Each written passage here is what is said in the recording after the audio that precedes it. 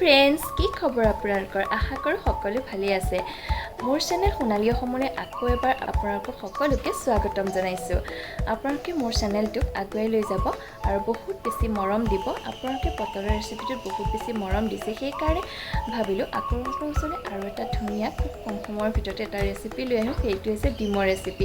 ডিম খাই সকলোৱে ভাল পায় নহয় জানো? বিশেষকৈ কণ কণ ল'ৰা ছোৱালীবিলাকে যে বহুত বেছি ভাল পায় ডিম বুলি ক'লে। সিহঁতে একদম মানে এক্সাইটমেণ্ট হৈ থাকে আৰু সেইকাৰণে ভাবিলোঁ অলপ এটা ডিমৰ ৰেচিপিকে লৈ আহোঁ। হাই গাইজ, মই এয়া লৈছোঁ 5টা ডিম, ফাৰ্মৰ ডিম, আৰু এয়া লৈছোঁ মই 1.5 কাপ গৰু গাখীৰ, আৰু লৈছোঁ আমুল ক্ৰীম এয়া, আৰু এয়া লৈছোঁ চীজ কিউব। এয়া মই চীজ কিউবটো লৈছোঁ ব্ৰিটেনিয়াৰ, আৰু এয়া লৈছোঁ 4টা মই পিঁয়াজ। যিহেতু মোৰ ওচৰত ডাঙৰ চাইজৰ পিঁয়াজ নাই, সেইকাৰণে মই সৰু চাইজৰ কাৰণে মই 4টা পিঁয়াজ ব্যৱহাৰ কৰিছোঁ। এয়া অকণমান আদা, আৰু এয়া 7-8 ফুটামান নহৰু, আৰু এয়া লৈছোঁ কাজু, আৰু এয়া খিচমিচ, আৰু এয়া মই ডালচেনি আৰু 2টা ইলাচি। এইখিনি মই ক'ত কেনেকৈ ব্যৱহাৰ কৰোঁ আপোনালোকক দেখাই আছোঁ। আৰু এই পিঁয়াজ, কাজু, আদা, নহৰু এই গোটেইখিনি মই এটা পেষ্ট বনাই ল'ম। কিন্তু মই পিঁয়াজ, আদা আৰু নহৰু এটা বেলেগ পেষ্ট বনাম, আৰু কাজুখিনিও মই এটা বেলেগ পেষ্ট বনাম। মই এতিয়া এই কাজুখিনি মিক্সিত ধুনীয়াকৈ শুকানে ল'ব মিক্সিটো, তেতিয়া ধুনীয়াকৈ গুড়া হৈ যাব, ই লাগিও নধৰে। এয়া মই ব্ৰকেন কাজুখিনি এনেদৰে মিক্সাৰত গুড়া কৰি ল'ম। মই যিহেতু মিক্সাৰতে দিম, সেইকাৰণে মই ব্ৰকেন কাজুৰে ব্যৱহাৰ কৰিছোঁ। আপোনালোকৰ ওচৰত যেনেকুৱা ধৰণৰ কাজু নাথাকক কিয় আপোনালোকে ব্যৱহাৰ কৰিব পাৰিব।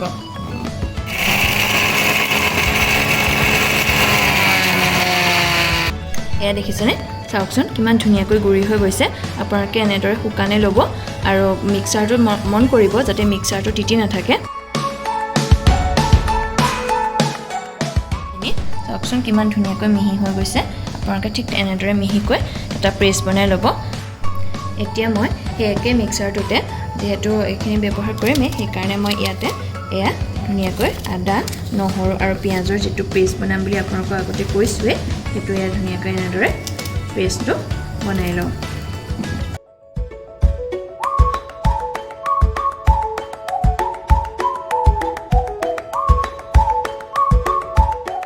মন কৰিব আপোনালোকে যে আদা আৰু নহৰুৰ পৰিমাণটো বহুত বেছি নিদিব, কাৰণ বহুত বেছি দিলে ইয়াক খাবলৈ ভাল নালাগে।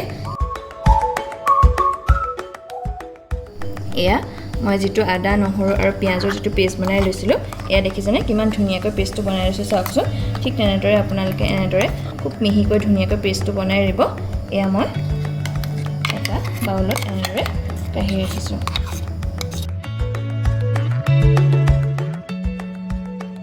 এয়া মই ডিমখিনি এনেকৈ 5টা ডিম মই বইল কৰি ল'লোঁ। ডিমখিনি ইয়াতে মই এতিয়া অকণমান নিমখ এড কৰিছোঁ। এয়া অকণমান এনেদৰে হালধি দিছোঁ, আৰু ইয়াতে মই এতিয়া একেবাৰে অকণমান কাশ্মীৰী ৰেড চিলি পাউডাৰ ব্যৱহাৰ কৰিছোঁ।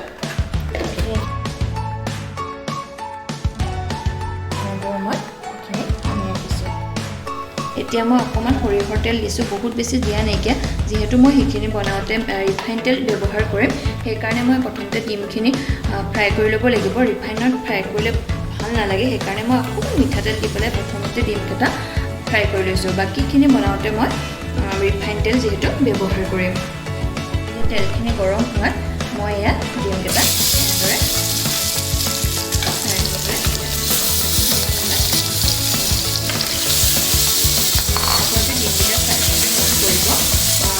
গেছৰ জুই সেইটো একেবাৰে কমত ৰাখিব, কিয়নো পটককৈ জ্বলি উঠিব পাৰে।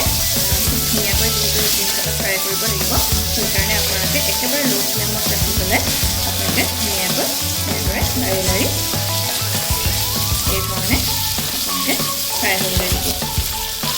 ডিমখিনি এয়া ফ্ৰাই হৈ গৈছে। এতিয়া মই সেই একেখন পেনতে এয়া অলপ ৰিফাইন তেল ব্যৱহাৰ কৰিছোঁ। এয়া তেলখিনি মই হাই ফ্লেমত এয়া গৰম হ'বলৈ দিছোঁ। বহুত বেছি সময় নালাগে, যিহেতু পেনখন অলৰেডি গৰম হৈ আছিলেই অলপ। এইখিনি গৰম হৈ গৈছে আৰু এতিয়া তাত মই ইয়াত তেজপাত ব্যৱহাৰ কৰিছোঁ আৰু এয়া দালচেনি আৰু দুটা মই ইলাইচি এয়া ব্যৱহাৰ কৰিছোঁ। আপোনালোকে এটা কথা মন কৰিব, এইখিনি বেছি জ্বলি যাবলৈ নিদিব আৰু যিটো মই পিঁয়াজ আদা নহৰু যিটো পেষ্ট ৰাখিছিলোঁ সেইটো ইয়াত মই এনেদৰে ঢালি দিছোঁ। এটা কথা আপোনালোকে মন কৰিব, এইখিনি সময়ত গেছটো একেবাৰে মিডিয়াম ফ্লেমত ৰাখিব। এতিয়া এইখিনি অকণমান 1 মিনিটমান সময় ফ্ৰাই হোৱাৰ পিছত ইয়াতে এতিয়া মই নিমখ দিম। আপোনালোকে নিমখটো সোৱাদ অনুসৰি ব্যৱহাৰ কৰিব আৰু এতিয়া অকণমান দিম হালধি গুড়া। কমাই দিব, বহুত বেছি নিদিব, বহুত বেছি দিলে ভাল নালাগে। চাওকচোন ইমান ধুনীয়া হৈছে নহয়নে কালাৰটো। এয়া এইখিনি এতিয়া মোৰ হৈ গৈছে, দেখিছেনে? চাওকচোন কিমান ধুনীয়াকৈ ইয়াৰ পৰা তেলখিনি ওলাই আহিছে, বিৰিঙি আহিব ধৰিছে। এতিয়া মই ইয়াতে আগতে মিক্সিত ৰাখি থোৱা এই কাজু এইখিনি ইয়াত এতিয়া ঢালি দিম।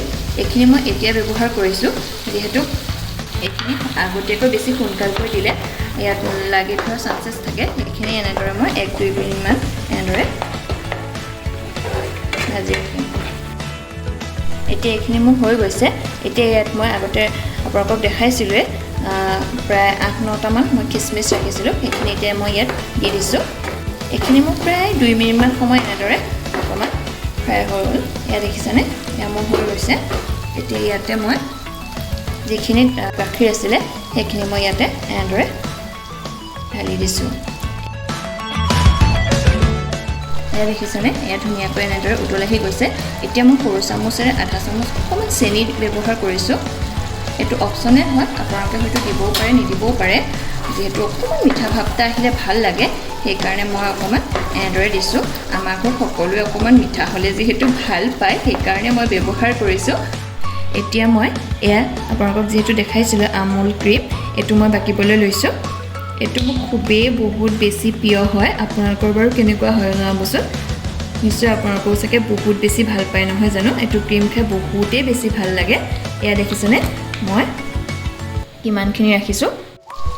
এতিয়া মই এয়া যিখিনি ক্ৰীম ঢালি ৰাখিছিলোঁ সেইখিনি এতিয়া মই ইয়াতে এড কৰি দিছোঁ। এয়া চাওকচোন কিমান ধুনীয়া লাগিছে নহয় জানো দেখাত। বিৰাট ধুনীয়া এটা সুগন্ধ আহিছে ইয়াৰ পৰা, বহুতেই ধুনীয়া লাগিছে গোন্ধটো। এয়া দেখিছেনে? ক্ৰীমখিনি দিয়াৰ পিছত আপোনালোকে এনেদৰে লাৰি লাৰি ক্ৰীমখিনি গোটেইখিনিতে যাতে মিলি যায়, এনেদৰে গোটেইখিনিতে মিহলি হৈ যাবলৈ দিব। এয়া এতিয়া মই ইয়াত ফ্ৰাই কৰি থৈ ডিমকেইটা এনেদৰে দি দিছোঁ।